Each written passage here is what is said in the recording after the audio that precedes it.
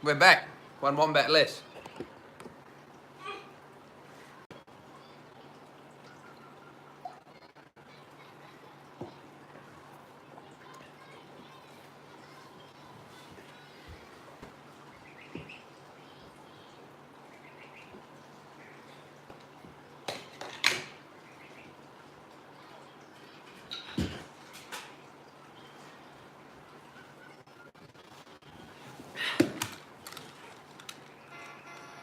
Hi, I'm a powerful pickup truck. Take a trip into town, driving round, take a trip into town, delivering things safely. He's a powerful pickup truck. Adventures with my friends. Oh, I might have lost you all. We'll give it a minute. We'll see if people come back, Isabella. Welcome back. Hello. Yeah. Sorry, I thought I couldn't exactly take the phone out with me. It takes, one hand to hold the wombat and one hand to open the door. Yeah, so I'm back. Hi again. G'day. I thought I might have lost everybody. I don't know. Is it getting late over where you guys are? It's early in the day yet. I'll have to have some breakfast soon, and then I'll get out and try and film some videos for you. You might think I'm being lazy just live streaming all the time, but today's the first reasonable weather. I'm wanting to film one on tackling the myth, do snakes chase people? I've got an interesting study done by Professor Rick Shine, to quote actually, which is good. But yeah, I'd like some other ideas if you have any other ideas for topics.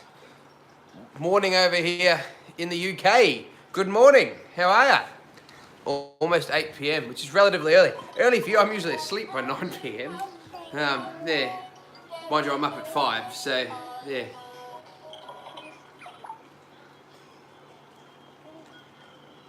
I know we love the TV, don't we, Isabella?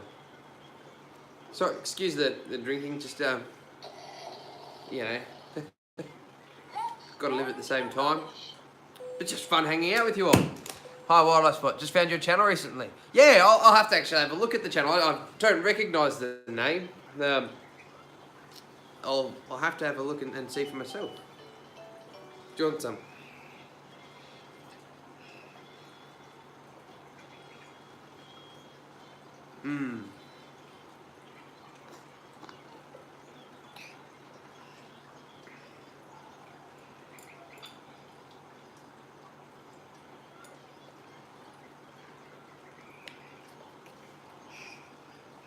No, the rest is mine.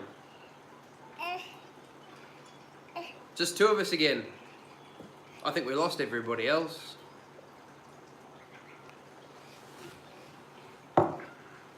What about a tractor? Wildlife Adventure not too long ago changed it to Wildlife Spot. Yeah, it's hard naming a channel, I find. I was lucky. I've had the name Wicked Wildlife for 10 years now through my physical business. But I was like, oh, Wicked Wildlife, does it sound too cheesy for a channel? I don't know. But because I already had followers from my business page, I didn't want to change the name.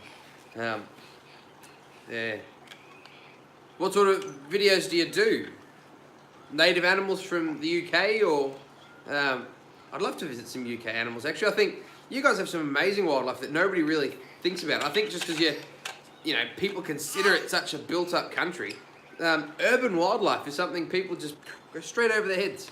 The whole, the animals that can survive in urban ecosystems is amazing by itself. They deserve some recognition. And you've still got some cool animals in remote areas as well. So I'd love to see some British wildlife. I'll definitely check out your channel. Yeah, it's a John Deere. Film everything I see from birds to insects. Good to know. Yeah, I'd love to do some more sort of opportunistic filming. The issue I have is in the state where I live, filming wildlife in the wild for commercial gain requires a permit. And if you've got a channel, you'll understand you don't make much from YouTube at all, but the 1 or 2 cents here and there, they count as commercial gain. A channel called Ian Phillips just loaded a video from London. Red foxes. Yeah, foxes are amazing animals over there where they belong. Here, you're probably aware, they're an ecological disaster. Where I live in Western Victoria, was the place where they rediscovered the eastern barred bandicoot. It used to be found over the entire southeast of the country. And it was believed extinct until they were discovered in the tip, about 3 kilometres from me. So today we've got a fenced off colony from them. And a few years ago, a fox got in there over the 8-foot tall fence, and by the time they got him, they reckon they'd lost half the bandicoots in there. Yeah, so like every animal, amazing where they live, but when you translocate them to a place where the animals don't, recognise them as a danger or a predator or what have you, yeah, an absolute disaster, which is a testament to their adaptability, I have to say. Apparently, I was watching, do you guys watch Animal Wonders Montana? They're a brilliant channel. I love Animal Wonders. Jesse does some amazing videos. And actually found some cane toads in Costa Rica. Yeah, apparently the cane toads, I was reading, cane toads in Australia have gotten bigger than the cane toads over there. We've got some monster-sized cane toads up north. But yeah, Animal Wonders Montana, that she often talks about how red foxes are slowly encroaching on the Arctic foxes and impacting them as well. So I suppose as global warming becomes more of an issue, we're going to have red foxes pushing out their own cousins, which is a bit sad. I know, you've got something to say. Everybody's always like, oh, does she talk yet? But once Isabella starts talking, I don't think you're going to hear from me ever again.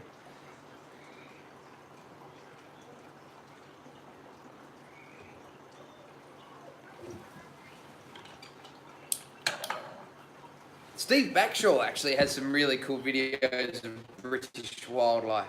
And who's the other one? Nick Baker, through the BBC. There's some really cool stuff. Salt Lake City, Utah. G'day, how are we? Got cane toads in the wildlife centre around 4 kilos. It sounds, 4 kilos does sound crazy, but I don't know. A captive toad obviously is probably going to be heftier, even for its size, than a wild one. We can't, they're very, very illegal to keep in captivity, even though they're everywhere up north. They haven't come down here. We can't keep them in captivity, and there's huge fines for moving them around. 5 pounds. 5 pounds. Yeah, I'm terrible with that. I'll do the maths if I don't get to it. So lesson 4, definitely lesson 4. 200 pounds is roughly 100 kilos, I think. So 5 pounds would be more like 2.5 kilos, which is still a hefty amphibian. Taking out the giant salamanders, that's a very big amphibian. I wish we could keep them, just because, I'm so far south that they're not going to survive. But they'd be really good. They're the perfect example of why we shouldn't, relocate animals from one place to another. Where's the wombat? I've just put her outside. I did one video a few minutes ago, and the wombat destroyed my lounge room. I'll flip the camera over, and you can see we got all the kids' toys were neatly piled up, and the wombat has strewn them everywhere. Which I suppose is what happens when your wombat thinks she's a human child, and the baby doesn't help. She's there egging him on, or her on.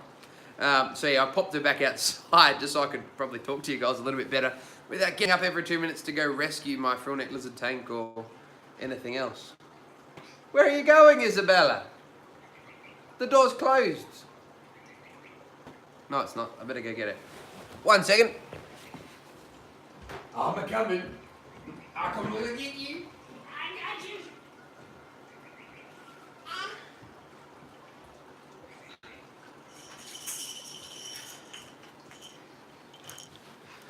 Oh, I'm back. Sorry, I don't know if I missed anybody's messages. I'm not very good at live streams. Does the wombat stick around the yard? No. Oh, she would. She knows where the house is and she wants to get back to the house. If she follows me around the farm, if something gives her a fright, she runs back to my back. To own the wombat, we had to have an enclosure to house her. Have you seen a few weeks back?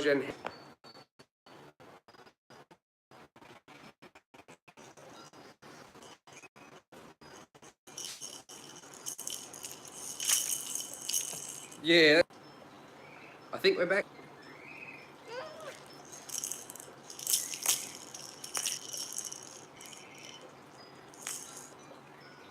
Are we back? Can everybody hear me? See me? I can't see messages. Lost connection for a second, but I'm back now. Yes. All right. So, yeah, a few weeks ago I did a video on the wombat enclosure and how we built it and what was involved. So it's 12 by 7 meters. So it's about double the legal requirement. But yeah, need an enclosure to keep her in. Can see and hear me. Perfect. Frill neck lizards. That's what you was talking about. Give us 1 second and I can show you.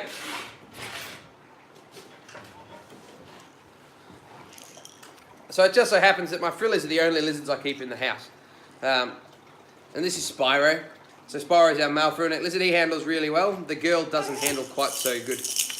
I know that. You've got to be careful where you throw that thing. Gentle. Yeah, so Harrison, yeah, our frill neck handles pretty good. Spyro's one I use for shows and displays. Love your lizard. Yeah, he's a pretty cool boy. I've basically in the next few weeks I'll stop taking Spyro out because we're coming into breeding season, and I just like to leave him undisturbed. Just get his cycle on and be a lizard a bit. But yeah, you can see a bit of the enclosure. You'll have to excuse it. It's well overdue for a bit of a clean. But I've got a termite mound in there. And hang on. Got the waterfall going and females hiding up over the top there. Used to have 2 iguanas. I had to meet a green iguana. I've worked with some rhinoceros iguanas, but exotic reptiles are illegal in Australia, so only zoos can keep them. So I worked at a zoo with rhinoceros iguanas, and they were really cool.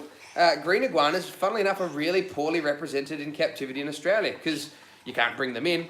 And there's a lot of illegal exotics brought into Australia, but they're more often than not the small stuff because there's something that somebody can sneakily keep in their house. So there is a handful in zoos around the place, but yeah, I'd love to meet a green iguana. I know, we're standing up, look at us. You just want the lizard. Find some spiny tail iguanas, no greens. Yeah, spiny tails would be really cool. I think, what's his name? He's got the lizard, Chuck Horn is a channel. He's got some spiny tail iguanas, Honduran spiny tail iguanas, I believe. They're pretty cool. I think if you want to see green iguanas, the best place to go would be just Florida these days, or where's the other place there, feral? Puerto Rico. I think there's a huge issue with feral iguanas there. Eating all the foliage. You're a monster.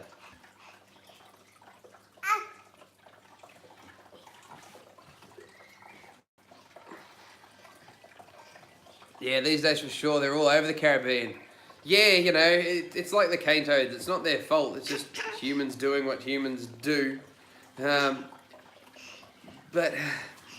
I suppose we've got to try and minimise our impact. The interesting sort of ongoing argument is how long do they have to be there before we don't consider them feral. The dingo is a huge example here in Australia. They were brought over by people, but they've been separated from dogs for over 18,000 years. 2 trips to Costa Rica, we've only ever seen 2 greens in their natural habitat.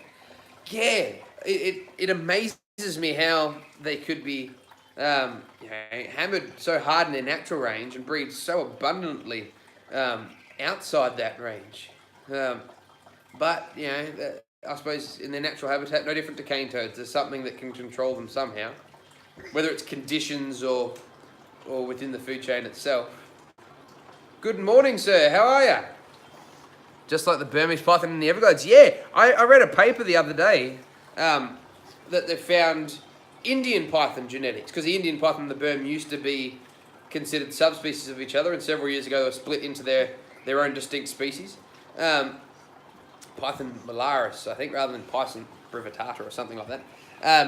And yeah, they found Indian python genetics in almost all the Everglades Burms, which the worry was people have been talking about hybrid snakes and talking about the African rock python, but it seems far more realistic that the Indian python would hybridise with the Burm, and the Indian python puts up with much drier habitat than the Burm. So if anything was going to give them a genetic edge to move into new habitat, it'd be the mix of Indian python genes, which is all very interesting.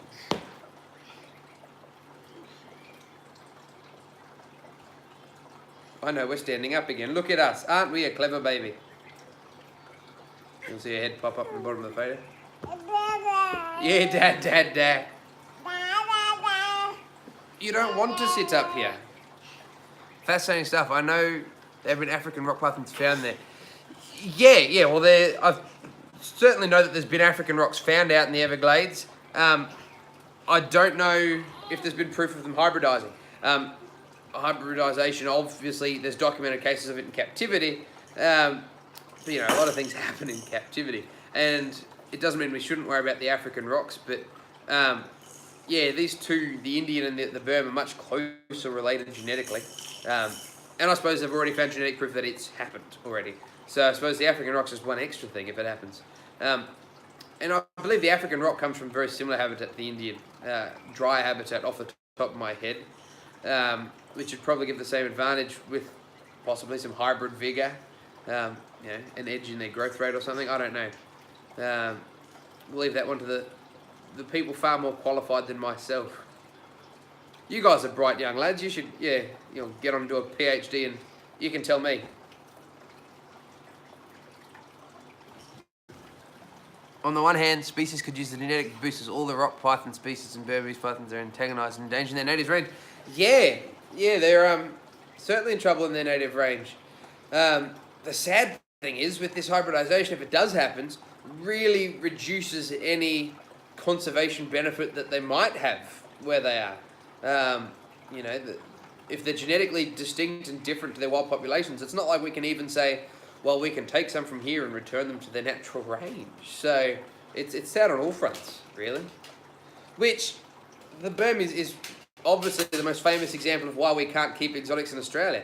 And everybody says, oh, but we didn't release them, they got loose in a hurricane, which I think only further increases that argument. It goes to show that even when people do the right thing, there's going to be events outside our control that could damage it and turn this wildlife loose. So, you know, I can understand why so many Australians want exotics. Endangered birds like the woodstocks and the spoon. Yeah, that's it, you know. I don't know of many examples where there's been an introduced species without anything suffering. It's not going to happen, is it? And, you know, people talk about, oh, we don't have to worry because they're not going to move much further north because of the cold. But nobody seems to be worried about what happens if they move further south. It's like once they cross the border, they're not America's problem anymore. Not likely, no. Yeah, it's a bit of a sad thing, the lack of conservation, you know, that we could use with these species. But again, it's not their fault. It is what it is.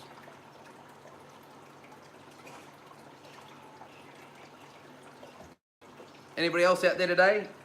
Shannon popped his head up and said hello. Sorry, mate, I've been meaning to do another live stream like in an after work hours time for all our Australians, but in the last few months I've got like 60% Americans watching, so I thought, where's a time that can work for both sides of the globe? And then we've got somebody else from the UK, so I'm amazed that everybody from all around the world can watch. Classic American ignorance.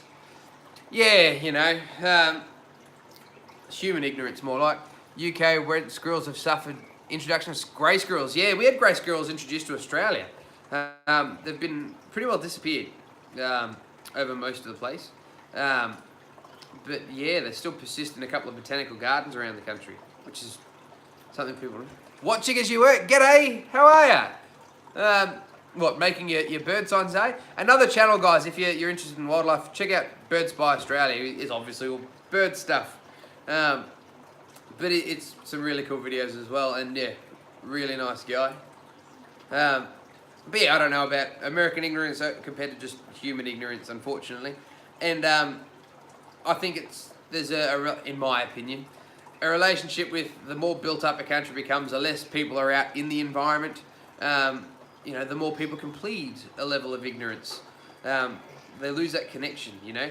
And there's certainly, you know, parts of the US just like Australia where people are very in touch. There's hunters, farmers, all this sorts of things. But, you know, you've got an awful lot of city dwellers there as well, don't you? Hello from the UK, 1 a.m, pulling a late one. Oh, I'm sorry, I'm not keeping you up, am I? There's no way I could be awake. Not even on New Year's Eve I'm awake that time of night. And g'day, John, how are you again?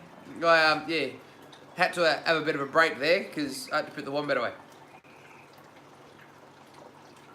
But yeah, you know, it's unfortunate that you know, the less time people spend in nature, the harder it gets for people like us who are trying to educate to really get people excited about it. 7 p.m. It's 9:30, 10 o'clock or something here in the morning. Yeah. Yeah, now 7 p.m. I'm starting to feed the animals and get ready for bed.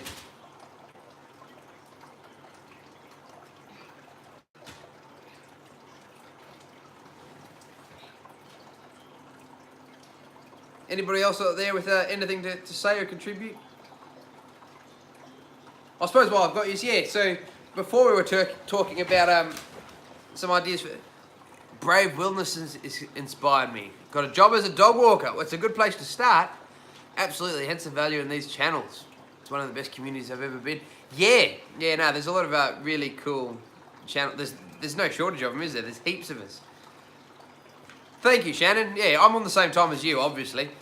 Just I haven't figured out how to have the camera going and figure out the time at the same time. I'll have to get going soon if that's the time. I want to try and film some videos. It's the first day I've had a sunny day. I want to take the brown snake out and do a video with him. And I'm thinking, you know, do snakes chase people, which of course us reptile people understand, but it's good to have a video about it. I hatched a couple of long neck turtles the other day, so maybe one on penny turtles. Not at all, buddy. Working from home. Can't get anything done. Retics blowing bubbles. I miss retics. I got to work with one retic. Obviously, they're illegal here in Australia. Ants Canada. I'll have to look that up. Yeah, obviously, we can't keep exotic reptiles here in Australia for good reason. We were just talking about the whole Burmese python situation. But yeah, I got to work with one retic. And I felt like he was trying his best to cause a bit of dislike to the species. He was a very mean retic. Through no fault of his own, he was just a large animal that had been confiscated. Somebody had kept him illegally. He'd never been handled. He was already, 5 meters long. He was a dangerous animal to deal with. Took 2 or 3 people to safely take him out of his enclosure and clean him up and the like. But yeah, so I was asking you guys' opinion before about some Patreon stuff. If people would be interested, or his great works primarily with ant species. Antaresia, you mean, or ants as in the invertebrates ants? Oh, ant colonies, of course. So yeah, invertebrates. That'd be really cool. I think invertebrates reptiles are starting to become more well known and well represented through the hobby, which of course brings it. The one in Ballarat, that'd be the retic. If you know him, he's a grumpy old snake. Reptiles certainly have an uphill battle, but they're starting to get more of an empathy between human beings and reptiles in most of the world. This is a frillneck lizard. His name is Spyro. Invertebrates, I guess, is the next huge hurdle. So many people don't think about invertebrates. In Australia, globally, we've got fairly strict laws. You can still collect and sell unlimited amounts of invertebrates. People go up the hills and they collect buckets of rock scorpions for the pet trade and things. If you got caught doing that with blue tongue lizards, you'd probably only get a slap over the wrist. But yeah, it's highly illegal. Invertebrates would be cool to know more about.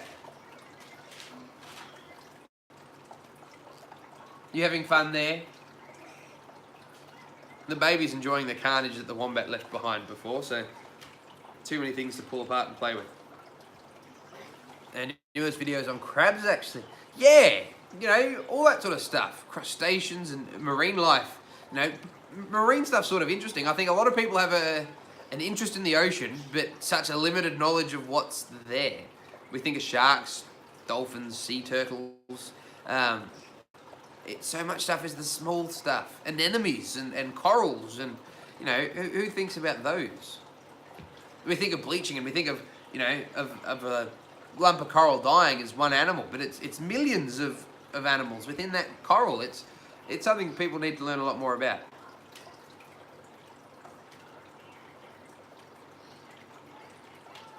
Is there any native Australian inverts that pique my interest? Yeah, there's lots of inverts that I'm interested in. Redback spiders and bird-eating spiders. We've got some cool centipedes and things. I've steered clear of keeping invertebrates only because my policy when I started Wicked Wildlife, almost 10 years ago, was I'll never keep an animal that I don't have a personal interest in. I don't want to be one of those companies that, you know, one person will get into doing a marine show, so the next company, the next company, the next company will all suddenly start getting marine animals. And I wouldn't feel comfortable doing a show and teaching people about an animal that, you know, I've only looked up in the last couple of weeks myself. So yeah, I find invertebrates very interesting, but I don't keep any myself.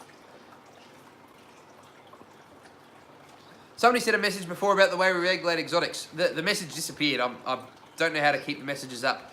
But yeah, is it true that female red kangaroos are blue?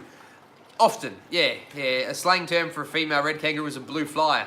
Try and figure that out. Yeah, they're sort of a grey-blue colour generally, and the big bucks, the boys are, you know, the red brick colour.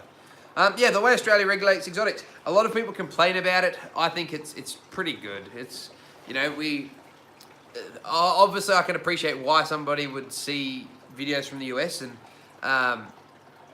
you know, feel jealous that we can't keep certain species. And, you know, they're cool over there, but, you know, we start to think like that. We start to fall into the Pokemon mentality of, I want one just so I can have one of those and one of these, and rather than I've just got an interest in animals. You know, you can fulfill your love for snakes with a carpet python as much as you can a ball python. You know, they're both interesting species, but it's just not worth the risk. Do you want to go back to your tanks, Byron? Here we go. We'll let him just chill there for a bit. He can go back in as he likes. So yeah, we do regulate them fairly well. The one thing a lot of people, I guess, have something to complain about would be the fact that if somebody's caught with exotics, they're generally euthanized.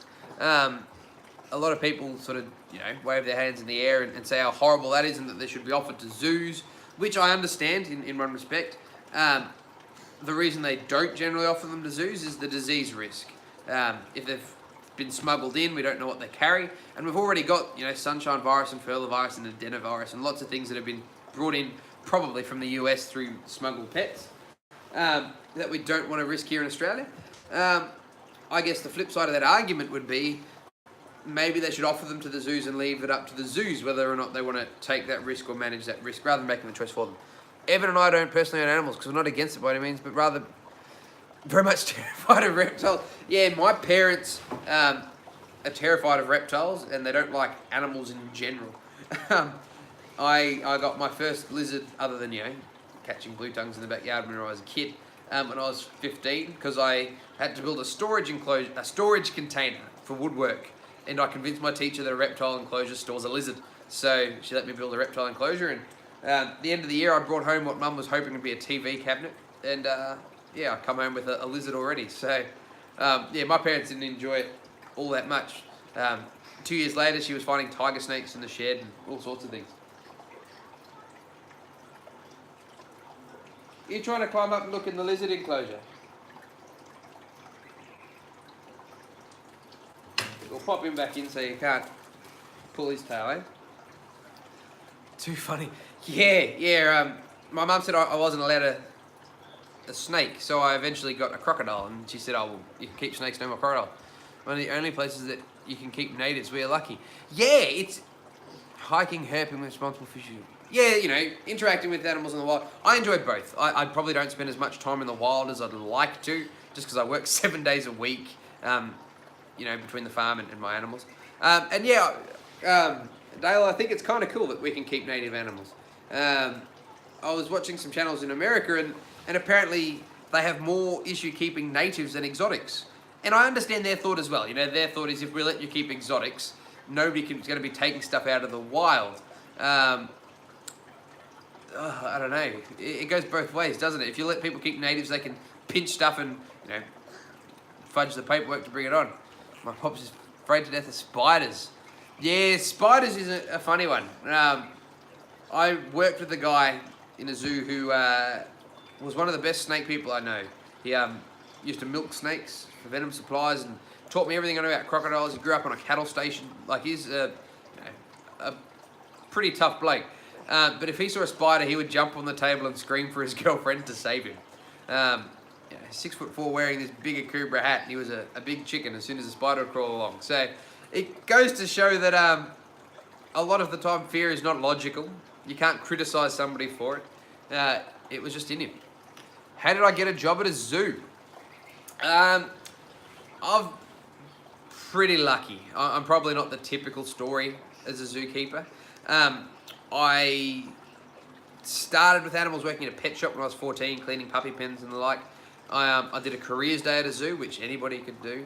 And then I went, and after school, I'd catch the bus from school to TAFE, and I'd do a few short TAFE courses at night on wildlife care and stuff like that. On my 18th birthday, I started doing shows for another company. So like a private zoo.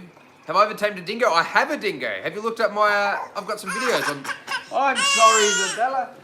I've got some videos on dingoes. You'll see Aztec is my pet alpine dingo. Oh, hey, no, it's tough. Yeah, so I've got a dingo. I forgot what I was. Oh, yeah. So I worked as a wildlife demonstrator for another company for a couple of years. I tried uni, but I'm not very good at sitting still for a long time. So I got offered a job at a zoo in Townsville. Worked up there with crocodiles and things. Come down to Maru Koala Park and then Ballarat Wildlife Park. Then I went out to the mines and used to catch wildlife for them before I started my own business. So yeah, I'm probably lucky. I fell into it through mostly practical work rather than having the paperwork behind my name. A lot of other people would say that you need to get a degree, which isn't. Billabong Sanctuary, yeah, that's where I worked. I was the 3 dingoes you saw in one of Coyote Peterson's videos. I raised those 3 dingoes.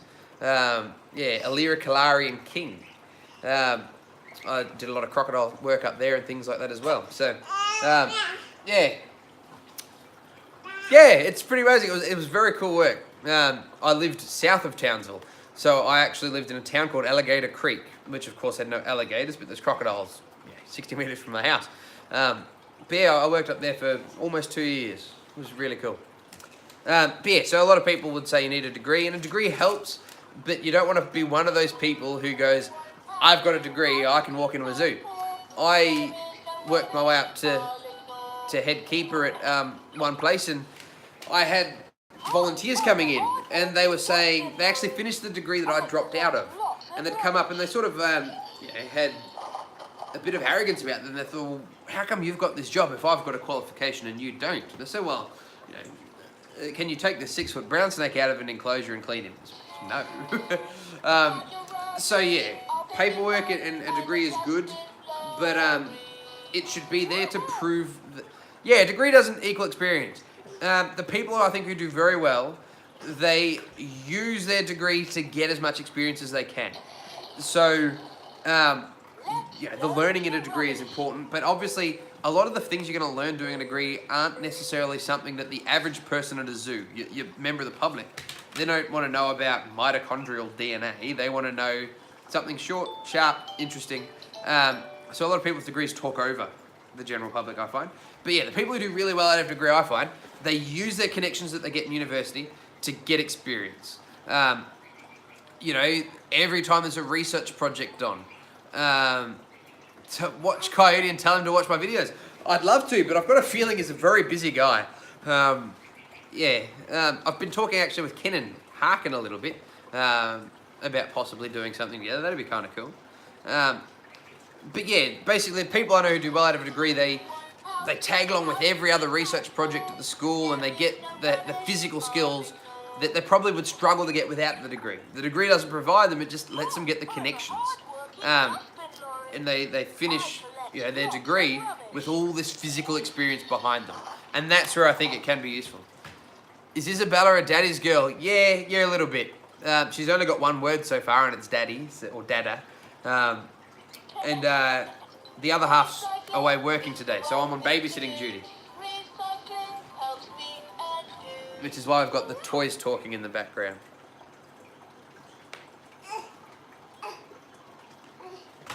Is that fun?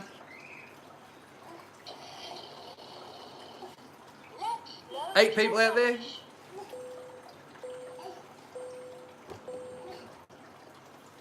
So yeah, I was asking before, early on in the first video, about what ideas you think would be good for a Patreon thing. I was thinking, something like a Facebook group that, what was Boo doing that I had to stop her? Trying to get behind my frill neck enclosure. She knows it's dark back there. It's her favourite place to try and go pee, and now there's a lot of electrical stuff back there. So, yeah, she had to go outside. But yeah, I was thinking a Facebook group because, I'd like you guys to be as involved as you can and feel like it's our channel a little bit. So yeah, maybe as an entry-level thing, we could have a Facebook group for, patrons, or the t-shirts or something else. I don't know. I'm not very good at this sort of stuff. So I appreciate any ideas for incentives, or if you think it's just a waste of time. I don't know. But as I said, I'd love to be able to just get a little bit towards visiting wildlife carers, because if I'm going to visit a wildlife carer and take up their time, I imagine it's the same everywhere in the world. Carers are busy people. They do everything off their own back. Government doesn't provide them any money. So whenever I visit a wildlife carer, I like to leave a donation, just in exchange for their time.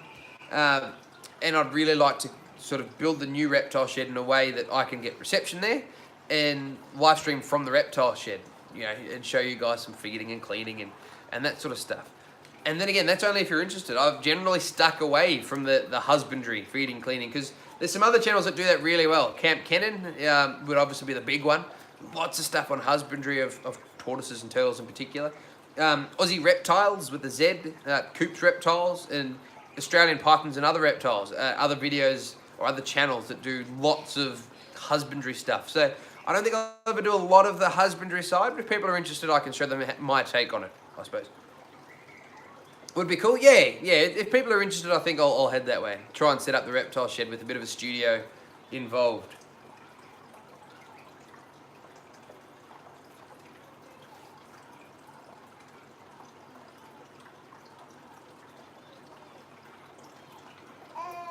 Anybody else out there got anything to say? Otherwise, I might wrap it up in a minute.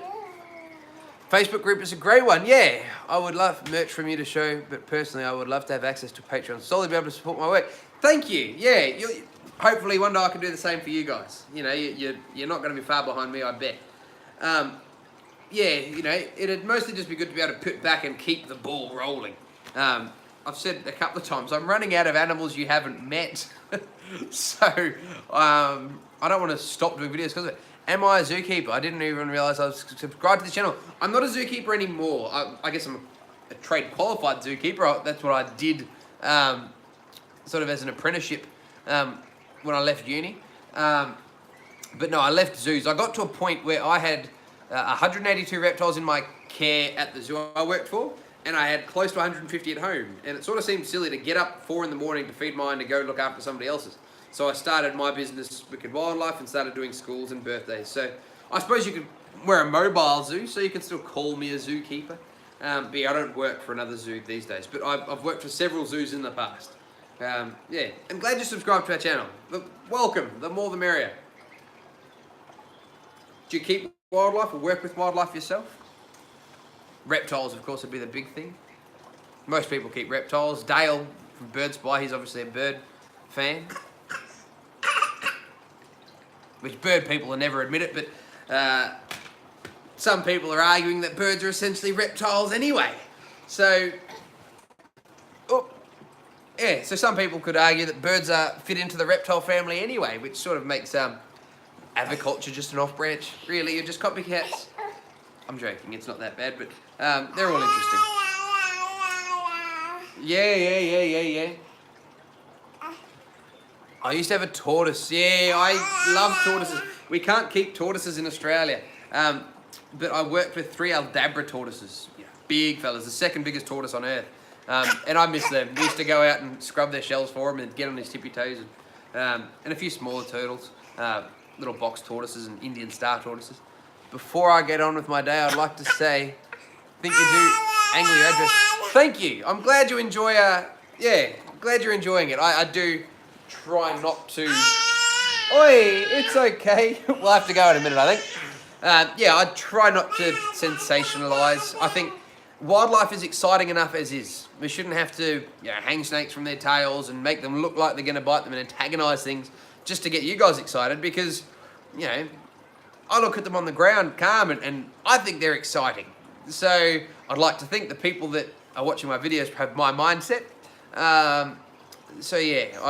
I try to not sensationalise and have a fairly down-to-earth angle on wildlife, I think.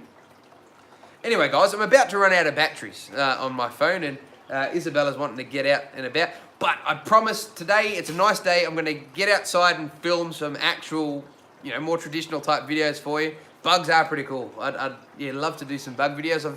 It's not my area of expertise. Maybe I could collaborate with somebody who does some cool invertebrate videos. I don't know. But yeah, thanks for watching, guys. And check on back hopefully tomorrow or something. I'll get some other videos up for you guys. Have I heard of Chris and Martin Kratt? No, I haven't. Jack Hanna. I have heard Jack Hanna. Yeah, I don't know well, but can't wait to see it. Enjoy the weather. Have a good one. No worries, guys. Thanks for checking in, and have a good one and take care.